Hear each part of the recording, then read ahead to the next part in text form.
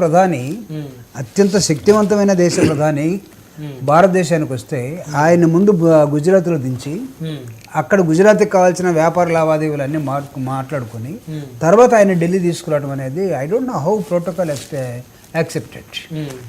So ఒకవేళ ఆయనకి గుజరాత్ మీద స్వార్థం ఉంటే గుజరాత్ను బాగు చేసుకోవాలనుకుంటే అలాంటివి జరుగుతాయి. దేవగౌడ గారిని నేను ఎందుకన్నానంటే, దేవగౌడ గారిని అప్పుడు ఏమనేవాళ్ళు అంటే, ఈయన కర్ణాటక తప్ప ఏది ఫోకస్ చేయడు, మొత్తం కర్ణాటకని డెవలప్ చేసుకోవటమే ఆయన ఉద్దేశం అని అంటుండేవాళ్ళు. సో ముఖ్యమంత్రుల దృష్టికి వస్తే భారతదేశంలో ముఖ్యమంత్రులకి అలాంటి, నాకు తెలిసి ఏ ముఖ్యమంత్రి కూడా ఒక ప్రాంతం మీద దృష్టి పెట్టి, ఈవెన్ రాజశేఖర రెడ్డి గారి డైనమిక్ ముఖ్యమంత్రి తన ప్రాంతానికి వనరులు ఎక్కువ కేటాయించాలనే ఆలోచన ఎక్కువగా చేయలే, అంటే అన్నిటితో పాటు చేసుకుంటూ వచ్చాడు. చంద్రబాబు నాయుడు గారు అయితే అసలు టోటల్గా అది కూడా ఒక భాగం అన్నట్టుగా చేసుకుంటూ వచ్చాడు. జగన్మోహన్ రెడ్డి గారు కాస్త శ్రద్ధ పెట్టాలని ప్రయత్నం చేశారు. ఒకవేళ ఇది రాయలసీమ నిజంగా బాగుపడాలంటే పురుషోత్తమ రెడ్డి గారు చెప్పినట్టుగా బనకచర్లకు వాటర్ కానీ, లేకపోతే ఇంకో ప్రాంతానికి శనగలు కానీ, లేకపోతే ఇవన్నీ రావాలంటే మీరు అక్కడ ప్రజలకి ప్రణాళిక ద్వారా, బడ్జెట్ ద్వారా ఏమి ఇస్తున్నారో, ఆ ప్రాంతానికి ఏమి ఇస్తున్నారో ముందు మీరు ప్రకటించుకుంటారు.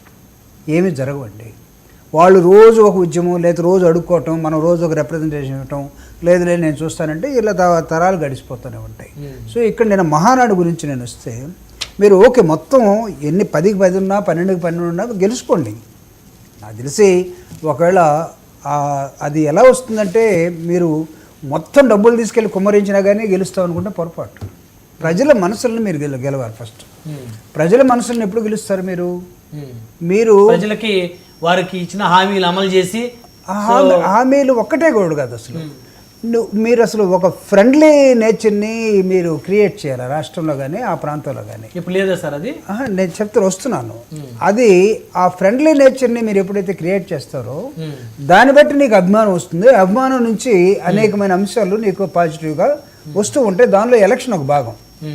అంతేగాని నువ్వు రాయలసీమ మొత్తాన్ని తీసుకెళ్ళి నేను అన్ని మీకే ఇస్తాననుకుంటే అక్కడ ఇచ్చినా సరే, ఎట్లా చంద్రబాబు నాయుడు గారు 2024 19 ఎన్నికల్లో పశువు కుంకుమ 10,000 రూపాయలు 20,000 రూపాయలు ఎన్నికలకు ముందు ఒకరోజే 10 రోజుల ముందే మొత్తం అన్ని ఇచ్చేసి ఓట్లను నాయన్నట్టుగా ఉంటాయి. ప్రజలు అంత ఇదిగా ఉండరు. ప్రజలు చాలా లాంగ్ టర్మ్లో మనల్ని ఎస్టిమేట్ వేస్తారు. అంటే వారి అభిప్రాయం 5 సంవత్సరాలకు ఒకసారి మారుతుంది. అయితే అంటే 5 సంవత్సరాలకు ఒకసారినే కాదు సార్, ప్రతిరోజు కూడా మారచ్చు.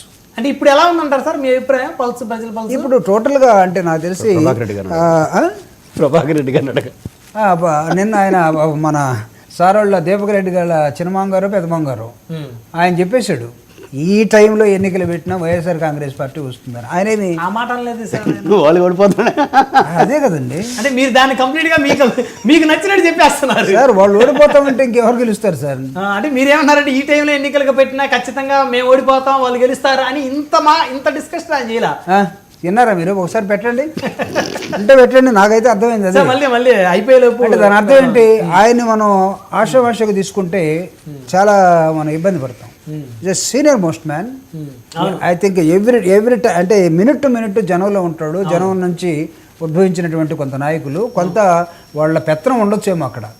ఆ పెత్తనం కూడా ఎట్లా ఉందంటే, వాళ్ళకి మానవ సంబంధాలు ఎక్కువ ఉంటాయి. మానవ సంబంధాలు, ఆ ప్రేమని పంచుకునే ఇవి ఉంటాయి. అంటే శత్రువు ఉంటే శత్రువు మీద నిక్కచ్చిగానే ఉంటారు, మళ్ళీ అవతల వర్గంతో ఉండిపోతారు. సరే, that is immaterial for me now. అంటే ఆయన అన్నటువంటి అభిప్రాయాన్ని ఈరోజు చాలామంది తెలుగుదేశం పార్టీ నాయకుల్లో, సీనియర్స్లో అంతెందుకండి, మన రామ్మోహన్ నాయుడు గారి మామ, పిల్లనిచ్చిన మామ, అసలు ఈ సంవత్సరం నేను ఒక ఎమ్మెల్యేగా ఉన్నానంటే నాకు సిగ్గేస్తుంది అన్నాడు ఒక మీటింగ్లో. పాయకరావు సత్యనారాయణరావు గారు బండారు, ఆయన పాయకరావుపేటలో కార్యకర్తల మీటింగ్. ఆయన ఎందుకన్నారంటే, కొంచెం మిగతా నియోజకవర్గాల కన్నా నాకు నిధులు తక్కువ వస్తాయి, దయచేసి అట్లా చిన్న చూపు చూడొద్దు అని అన్నారు. అంటే నేను ఆయన అట్లెందుకు అన్నాడు, ఇట్లెందుకు అన్నాడు, ఎందుకు ఆ సందర్భం నాకు అనవసరం. అదే ఏదైనా మీకు అనుకూలంగా అనుకూలం కూడా కాదు. అంటే అంత సీనియర్ నాయకులు మాకే అసలు చాలా మాకు మేమే సిగ్గుపడుతున్నాం.